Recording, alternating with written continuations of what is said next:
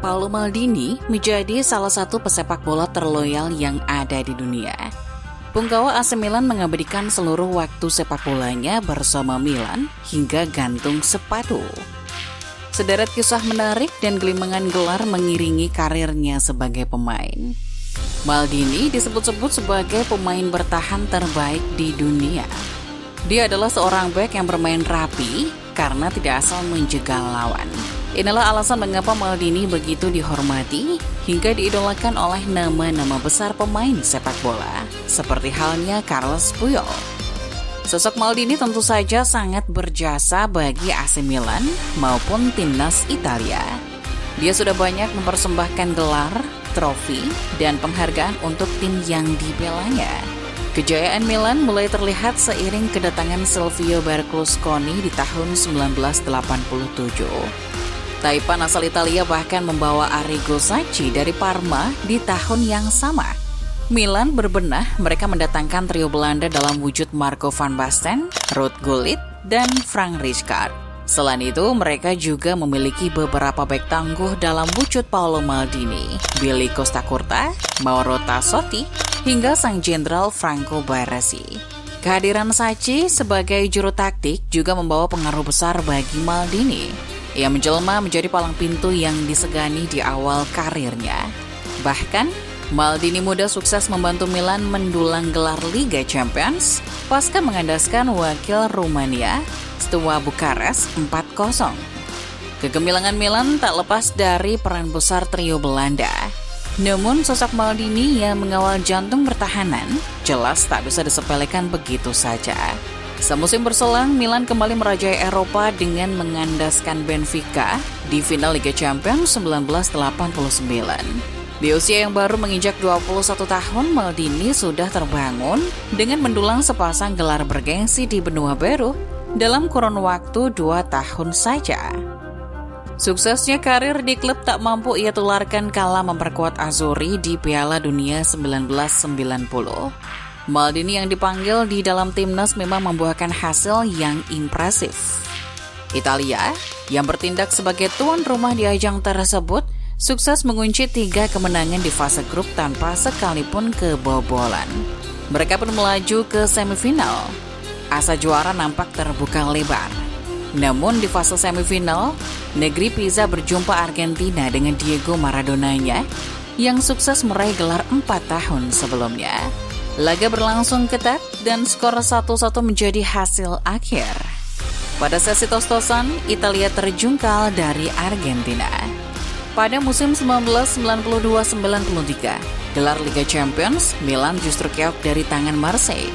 Maldini sejatinya sempat mendapatkan tawaran dari Chelsea di era 90-an, kala The Blues diarsiteki Gianluca Vialli di tahun 1996. Chelsea sempat memberikan tawaran serius, namun kesetiaan pada akhirnya membuat Maldini bertahan dengan seragam merah hitam. Saya dihadapkan dengan tawaran dari Vialli, namun pada akhirnya saya memutuskan untuk bertahan dan Milan akan menjadi tim yang selalu ada di hari saya. Setelah tawaran itu, saya tak pernah memutuskan untuk hengkang dari Milan, ungkapnya kepada Sky Sports. Setelah memutuskan bertahan, semusim berselang, Franco Baresi memutuskan pensiun di musim 1997-98. Baresi memiliki andil dalam kesuksesan Milan dan mendulang banyak gelar. Pasca pensiunnya Baresi, tongkat estafet kepemimpinan resmi turun ke lengan kiri Maldini. Di pertengahan 90 hingga menjelang tahun 2000-an, Milan mengalami performa bak roller coaster. Mereka hanya mampu menjadi tim kuda hitam di kancah domestik. Bahkan mereka harus menyudahi bulan madu bersama Fabio Capello. Di musim 1998-99, Milan berhasil keluar sebagai Scudetto di tangan Alberto Zaccheroni. Di milenium baru, Milan yang sempat terseok pada akhirnya berhasil bangkit. Musim 2001-2002, restorasi dimulai. Mereka mendatangkan pemain segar dalam wujud Andrea Pirlo hingga Andriy Shevchenko. Proses adaptasi masih berjalan dengan wajah baru. Di musim tersebut, Milan keok di fase 4 besar Coppa Italia dan UEFA Cup. Di kancah domestik, mereka harus finish di peringkat 4. Kala merajai Eropa dan mendulang gelar di kancah domestik, mereka kembali keluar menjadi juara. Di musim 2003-2004, Milan sukses menjuarai Scudetto dan menjadikan Shevchenko sebagai top skor dengan raihan 24 gol di kancah liga. Meski konsisten di kancah domestik, Milan harus kembali mengalami dejavu di kancah Eropa. Marco Scafu dan kolega sukses menembus babak final Liga Champions di musim 2004-2005. Maldini mampu mencetak gol cepat dan Milan unggul 3-0 di babak pertama pada laga yang digelar di Istanbul. Namun jelang akhir laga, Liverpool memberikan hasil 3-3. Setelah perpanjangan waktu, Rossoneri dan The Reds harus melalui babak adu penalti.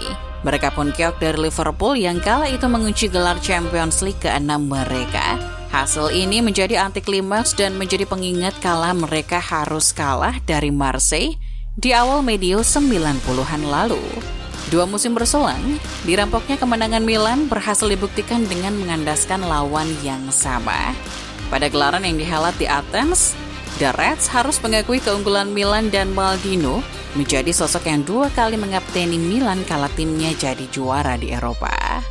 Sebelum Raja Eropa di tahun 2007, ada sebuah kisah menarik yang terjadi kala Milan bersua Bayern Munchen di fase perempat final. Dalam laga tersebut, Ferguson yang masih hadir untuk melihat calon lawannya di babak semifinal terkagum-kagum dengan permainan Maldini yang jarang melakukan tackle kepada lawan meski harus membantu tim. Maldini bertahan melalui 90 menit tanpa pernah melakukan sliding tackle. Itu adalah seni dan dia masternya, jelas Fergie. Pasca memutuskan pensiun sebagai pemain pada musim 2008-2009, ia sukses mengepak 901 laga bagi Milan di berbagai kompetisi dan mencetak 33 gol serta 43 assist. Dalam 22 tahun karirnya, Maldini mampu menorehkan 7 gelar Serie A, 1 Coppa Italia, 5 Super Coppa Italia, 5 gelar Liga Champions, serta 4 Piala Super Eropa. Saat ini, Maldini tengah menjabat posisi sebagai direktur olahraga klub. Terima kasih sudah menyaksikan video ini hingga akhir. Jangan lupa like, share, dan subscribe Starting 11 Moment. See you!